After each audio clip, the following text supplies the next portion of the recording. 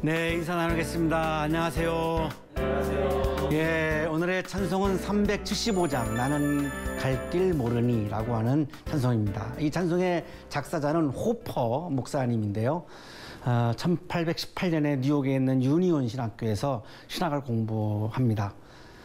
유니온 신학교는 그 맨하탄에 있는 20세기 최고의 신학자라고 하는 폴 틸리가 강의했던 그런 아주 유명한 학교죠. 그리고 신학을 공부하고 이제 목사가 됩니다. 근데 이 호퍼 목사님은 이 그 배를 타는 선원들, 어부들하고 마음이 굉장히 잘 맞았습니다. 그래서 뉴욕에 있는 그 롱 아일랜드 항구에 있는 그린빌 교회에서 11년 동안 목회를 해요. 그러니까 주로 이 교회 구성원들은 이제 선원들이었고요. 그리고 또 그 육지와 바다교회, 교회 이름이 육지와 바다교회입니다. 이 항구에 있고 대부분 교인들이 이제 선원이었기 때문에 그 교회에서 16년 동안 목회를 해요. 그래서 평생토록 다 이렇게 어부들, 선원들하고 이제 이렇게 목회를 하신 거죠. 선원들이 굉장히 많이 이제 교회를 찾아왔고, 그리고 이제 그 일시적으로 항구에 이렇게 배가 들어오잖아요. 외국의 배가. 그러면 그 외항의 선원들도 이 호퍼 목사님 교회를 찾아와서 예배를 드렸어요. 왜냐하면 설교가 이 어부들, 선원들을 위한 설교를 주로 하셨기 때문에, 그래서 이제 많은 이 어부들, 선원들이 이 교회를 찾아오곤 그렇게 했습니다. 이 선원들의 모습을 보면 아주 햇볕에 그을려가지고 좀 험상궂은 그런 모습을 가지고 있죠. 그러나 그분들의 마음은 굉장히 약합니다. 왜냐하면 늘 바다에 대한 공포가 늘 있기 때문이죠. 언제 사고가 날지 모르고, 언제 배가 뒤집힐지 모르고, 언제 죽을지 모르는 늘 그런 위험을 안고 늘 바다에 나가기 때문에 그런 그 공포감이 있었습니다. 그래서 이 예배를 통해서 이 호퍼 목사님이 이런 선원들을 위로하고 또 힘을 주는 이런 말씀을 하시고, 그리고 찬송시를 쓸 때마다 이 선원들을 생각하면서 찬송시를 썼어요. 어떻게 내가 이 사람들에게 좀 힘을 주고 위로를 줄 수 있을까. 그래서 이 뱃사람들이 공감할 수 있는 그런 소재 언어로 찬송시를 굉장히 많이 썼습니다. 지척을 분간할 수 없을 정도의 그런 아주 어두운 한밤중에 폭풍우를 그런 만난 배에서 선원들이 뭘 어떻게 해야 할까. 이걸 한번 호퍼 목사님이 생각을 해본 거죠.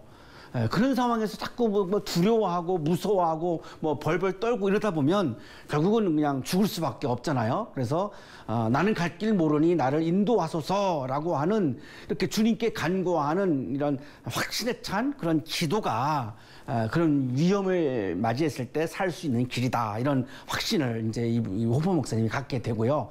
이런 내용으로 나는 갈 길 모르니라고 하는 그런 찬송시를 씁니다. 원래 제목은 Jesus Savior, File on Me, 구세주 예수여 나를 인도하소서. 원래 제목은 이렇게 돼 있어요.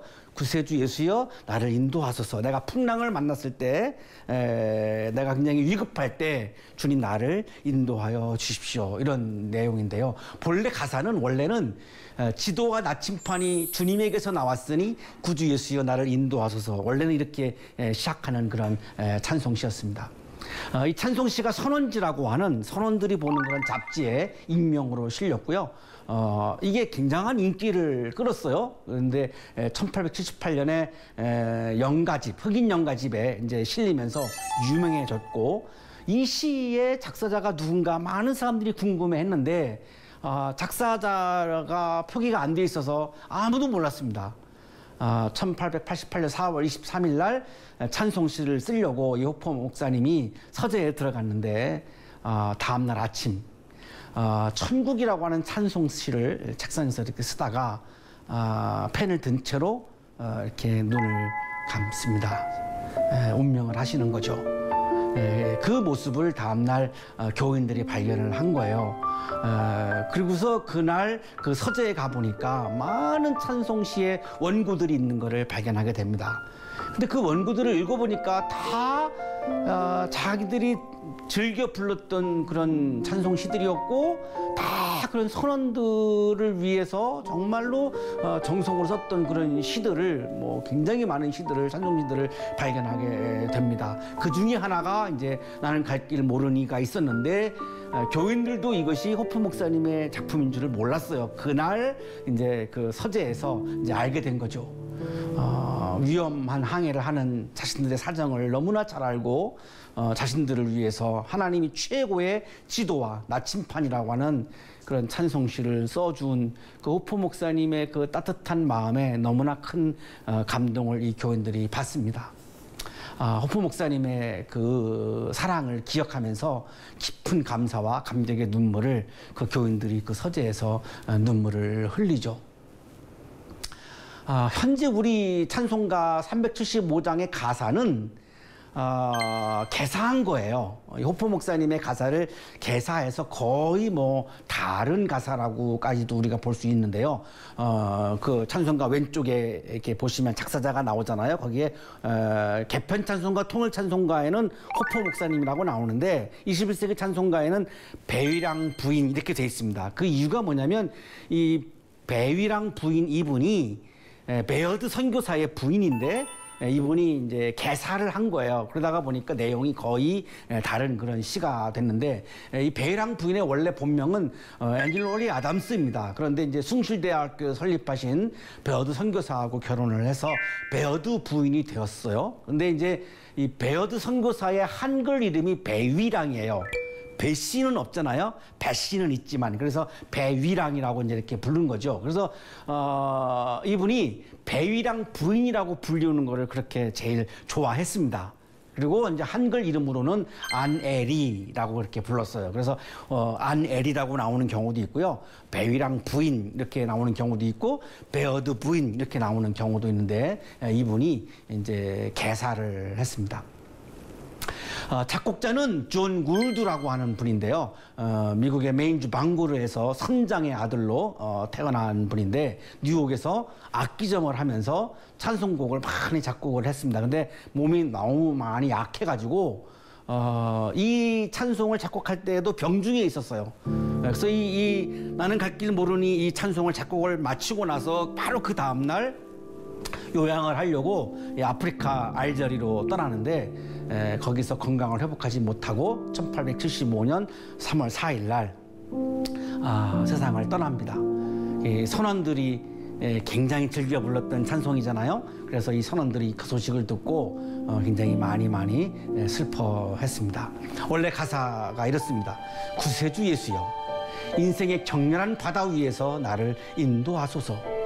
바위는 숨고 여울은 의지할 수 없는데 알 수 없는 파도가 내 앞에 굽이칩니다. 해도와 나침판은 주님에게서 옵니다. 구세주 예수여, 나를 인도하소서. 어머니가 아이를 달래듯이 주님은 사나운 바다를 잠잠케 하실 수 있습니다.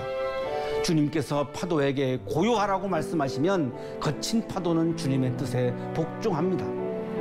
바다의 놀라운 주권자이신 구세주 예수여, 나를 인도하소서. 드디어 내가 해안에 다가갔을 때 무서운 파도가 요란하게 포효했습니다. 나는 주님의 품에 안겨서 평화로운 안식을 경험하기를 원합니다. 주님께서 나에게 두려워 말라, 내가 너를 인도하리라 라고 말씀하시는 것을 듣게 하소서. 마가복음 4장 39절에 이런 말씀이 나오죠. 예수께서 일어나 바람을 꾸짖으시고 바다더러 고요하고 잠잠하여라 하고 말씀하시니 바람이 그치고 아주 고요해졌다. 여기 꾸짖다라고 하는 단어는 헬라어로 에페티메센인데요. 예수님께서 악한 영을 내쫓을 때, 그 악령을 꾸짖을 때 하셨던 그 용어랑 같은 용어예요. 그래서 악령에게 했던 이 공격을 지금 바다에게 하시는 그런 장면이거든요. 그래서 예수님께서 잠이 드시면 폭풍이 일고, 예수님께서 일어나시면 바람이 고요해지죠. 자, 여기서 중요한 포인트가 있는데요. 예수님이 잠들면 폭풍이 일고 예수님이 일어나시면 바람이 고요하잖아요. 그러면 우리가 주목해야 하는 것은 예수님이죠. 폭풍이 잠잠해지는 것을 주목하면 안 되는 게, 그건 예수님이 없으면은 불가능한 사건이에요. 그러니까 우리가 주목해야 되는 것은 예수님이에요. 예수님이 폭풍을 잠잠케 하실 수도 있고 폭풍을 포효시킬 수도 있고, 그건 예수님이 고유 권한이에요. 그건 우리 소관, 내 소관이 아니죠. 믿음이라고 하는 것은, 영성이라고 하는 것은 폭풍이 고요해지는 기적을 믿는 게 믿음이 아니라 예수님을 믿는 게 진정한 믿음이고 영성인 거죠. 예수께서 그들에게 말씀하셨다. 왜들 무서워하느냐? 아직도 믿음이 없느냐? 폭풍 앞에서 무서워하는 것은 예수님을 믿지 못하기 때문에 그런 거기 때문에 예수님이 지금 제자들한테 왜 믿음이 없느냐 이렇게 말씀하잖아요. 우리도 살다가 보면 폭풍이 밀려오죠. 자, 거기서 무서워하고 벌벌 떠는 거는 믿음이 없는 거라고 말씀하시는 거예요. 지금 이 순간에 아주 강력한 폭풍우를 만나서 존재가 흔들리는 분들이 아마 계실 터인데요. 무서워하지 마시고 벌벌 떨지 마시고 바다를 잠잠케 하시고 바다를 고요케 하시는 예수님을 주목하시고 예수님을 바라보시고 그 예수님에게 내 삶을 맡겨드리고 위임해드리고 예수님에게 나에게 모든 것을 맡겨드리고 믿음으로 찬송을 부르시면서 예수님이 주시는 그런 평안과 평화를 그런 경험을 하는 그런 한 주간이 되시기를 바랍니다. 바다가 잔잔해지는 이적 사건을 믿는 것이 아니라 바다를 잔잔케 하시는 예수님을 믿는 것이 영성입니다. 이번 한 주간 동안 이 찬송을 부르시면서 예수 그리스도를 믿는 영성이 더 깊어지시고 더 충만해지시는 그런 복된 한 주간이 되시기를 바랍니다. 우리 함께 연주 들으시겠습니다.